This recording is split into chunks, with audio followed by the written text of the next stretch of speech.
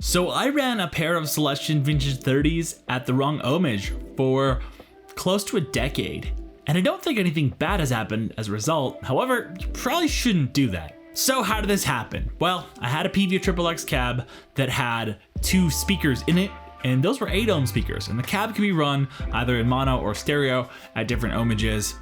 And I decided to upgrade the speakers because I thought I would have better tone if I put V30s in there. So I did, I put the V30s in there, but I wasn't really conscious of the ohms and stuff. So I put them in, I used the existing wires, and I figured if I just set it to the mono setting, that it'll run it and it'll be fine. It'll be in the right ohmage, right? But it turns out the way that speaker cabin is wired, when you set it to mono, it actually is running everything in series. So what that kind of means is my 16 ohm speakers were running at 32 ohms. And there's no 32 ohm setting on a guitar amp. So the proper way to do this is to wire the two speakers in parallel.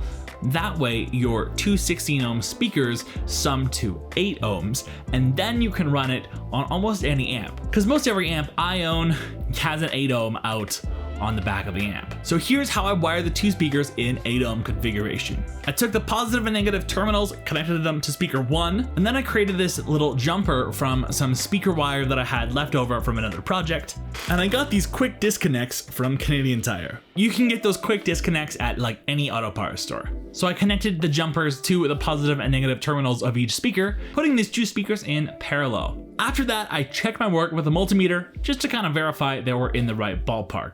I got a reading of 6.6 ohms, which is pretty much close enough. I believe it's within the tolerances that we need to play guitar. And there we go. Now I can run these speakers at 8 ohms and no longer risk damaging anything. So yeah, I would say the moral of the story is if you're gonna upgrade speakers and change ohmages of things, double check your work and make sure that you are fully understanding the wiring that you're creating, because in a worst case scenario, you might cause damage to the speakers or the amp or something like that. Now, I personally don't know how I didn't cause any damage to the speakers or my amp, but I'm grateful that it hasn't caused any damage. And that's all for this one. So if you liked it, leave a like below. And if you have any stories of amps that you've blown up due to any sort of ohmage related issues or anything of that nature, let me know in the comments below.